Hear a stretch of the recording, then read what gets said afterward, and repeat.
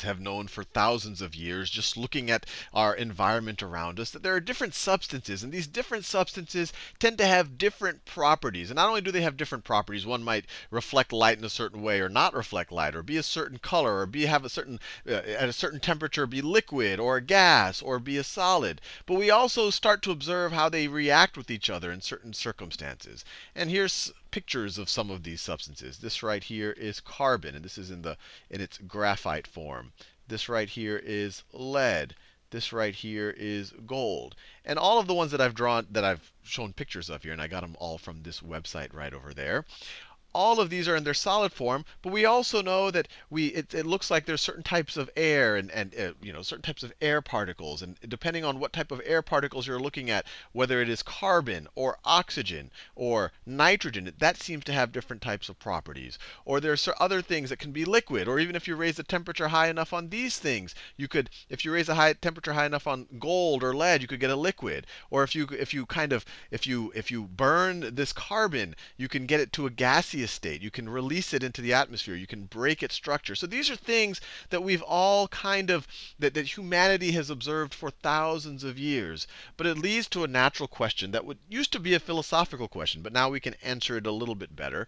And that question is if you keep breaking down this carbon into smaller and smaller chunks, is there some smallest chunk, some smallest unit of this stuff, of this substance, that still has the properties of carbon? And if you were to somehow break that down even further, somehow you would lose the properties of the carbon.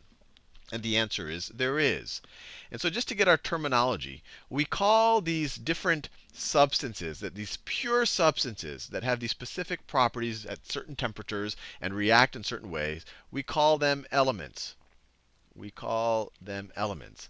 Carbon is an element. Lead is an element. Gold is an element. You might say that water is an element, and in history, people have referred to water as an element, but now we know that water is made up of more basic elements. It's made of oxygen and of hydrogen. And all of our elements are listed here in the periodic table of elements. C stands for carbon. I'm just going through the ones that are very relevant to humanity, but over time you'll probably familiarize yourself with all of these. This is oxygen. This is nitrogen. This is silicon. This is Au is gold. This is lead. And that most basic unit of any of these elements is the atom. Is the atom. So if you were to keep digging in and keep taking smaller and smaller chunks of this, eventually you would get to a carbon atom. Do the same thing over here. Eventually you would get to a gold atom. You did the same thing over here. Eventually you would get this little small, for lack of a better word, particle that you would call a lead atom. And you wouldn't be able to break that down anymore and still call that lead, for it to still have the properties of lead. And just to give you an idea, and this is really something that I have trouble imagining, is that atoms are unbelievably small, really unimaginably small. So for example, carbon. My hair is also made out of carbon. In fact, most of me is made out of carbon. In fact, most of all living things are made out of carbon. And so if you took my hair, and so my hair is carbon. My hair is mostly carbon. So if you took my hair right over here, and my hair isn't yellow, but it contrasts nicely with the black. My hair is black, but if I did that, you wouldn't be able to see it on the screen. But if you took my hair here, and I were to ask you, how many carbon atoms wide is my hair? What is the So if you took a cross-section of my hair, not the length, the width of my hair, and said, how many carbon atoms wide is that? And you might guess, oh, Sal already told me they're very small. So maybe there's 1,000 carbon atoms there, or 10,000, or 100,000. I would say no. There are 1 million carbon atoms, or you could string 1 million carbon atoms across the width of the average human hair. And that's obviously an approximation. It's not exactly 1 million, but that gives you a sense of how small an atom is. Pluck a hair out of your head and just imagine putting a million things next to each other across the hair, not the length of the hair, the width of the hair. It's even hard to see the width of a hair, and there would be 1 million carbon atoms just going along it. Now, it would be pretty cool in and of itself that we've we do know that there is this most basic building block of carbon, this most basic building block of any element. But what's even neater is that those basic building blocks are related to each other. A carbon atom is made up of even more fundamental particles. A gold atom is made up of even more fundamental particles, and they're actually defined by the arrangement of those fundamental particles. And if you were to change the number of fundamental particles you have, you could change the properties of the element, how it would react, or you could even change the element itself. And just to understand it a little bit better, let's talk about those fundamental elements.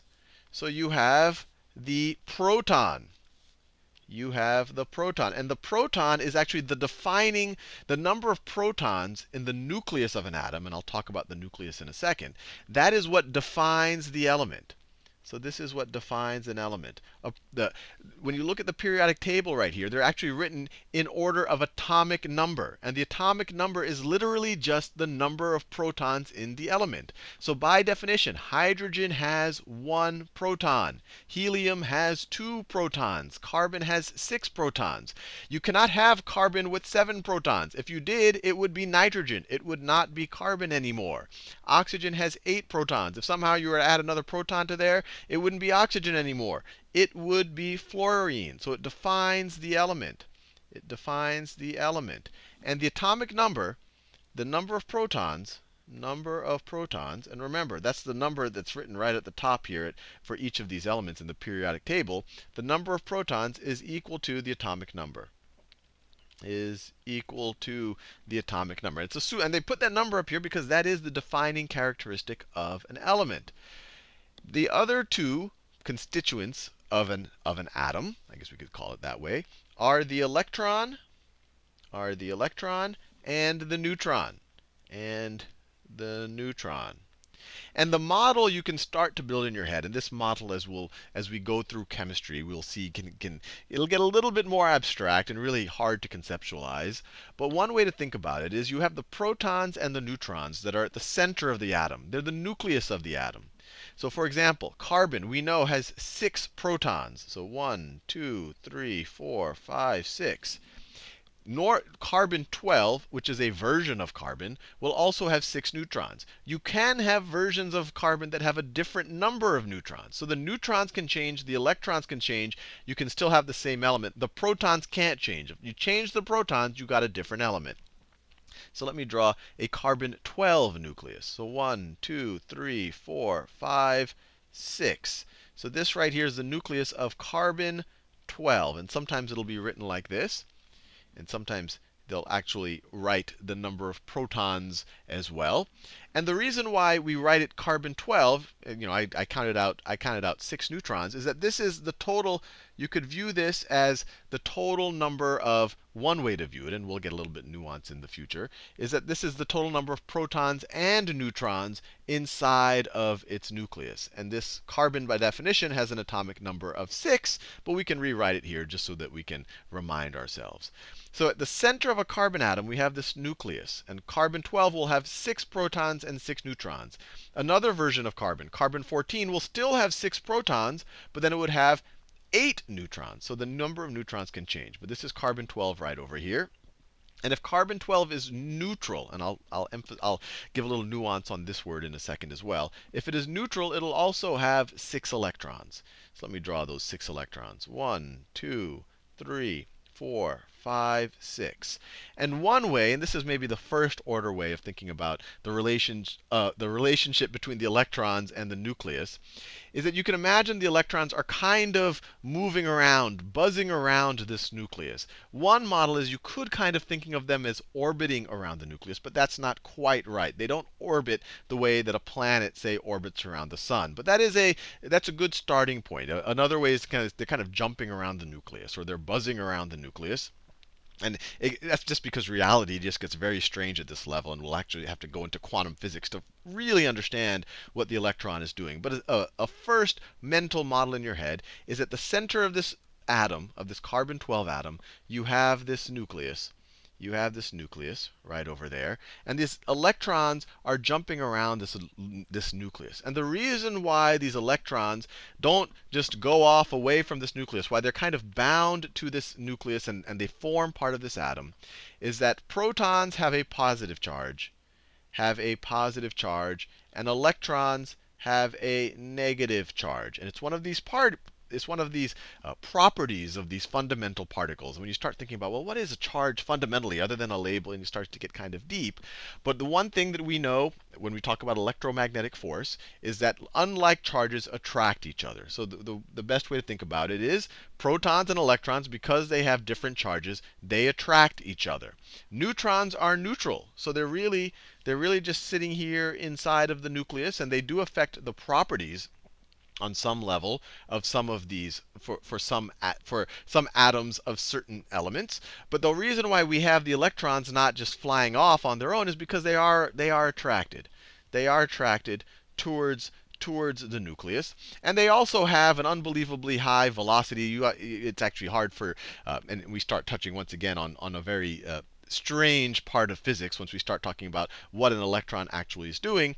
But it has enough, it's, I guess you could say it's jumping around enough that it doesn't want to just fall into the nucleus, I guess is one way of thinking about it. And so I mentioned carbon 12 right over here, defined by the number of protons. Oxygen would be not defined by having 8 protons. But once again, electrons can interact with other electrons, or they can be taken away by other atoms. And that actually forms a lot of our understanding of chemistry, is based on how many electrons an atom has or a certain element has, and how those electrons are configured, and how the electrons of other elements are configured, or maybe other atoms of that same element. We can start to predict how an atom of one element can react with another atom of that same element, or an atom of one element could how it could react, or how it could bond or not bond, or be attracted to or repel another atom of another element. So for example, and we'll learn a lot more about this in the future, it is possible for another atom someplace to swipe away an electron from a carbon.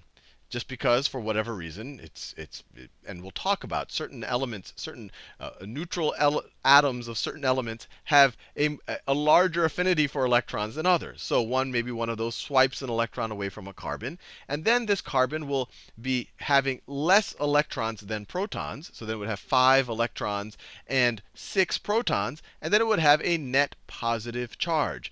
So in this carbon 12, the first version I did, I had 6 protons, 6 electrons. The charge is canceled out. If I lose an electron, then I only have 5 of these, and then I would have a net positive charge. And we're going to talk a lot more about all of this throughout the chemistry playlist. But hopefully you have an appreciation that this is already starting to get really cool. Once we can already get to this really fundamental building block called the atom. And what's even neater is that this fundamental building block is built of even more fundamental building blocks. And these things can all be swapped around to change the properties of an atom, or to even go from an atom of one element to an atom of another element.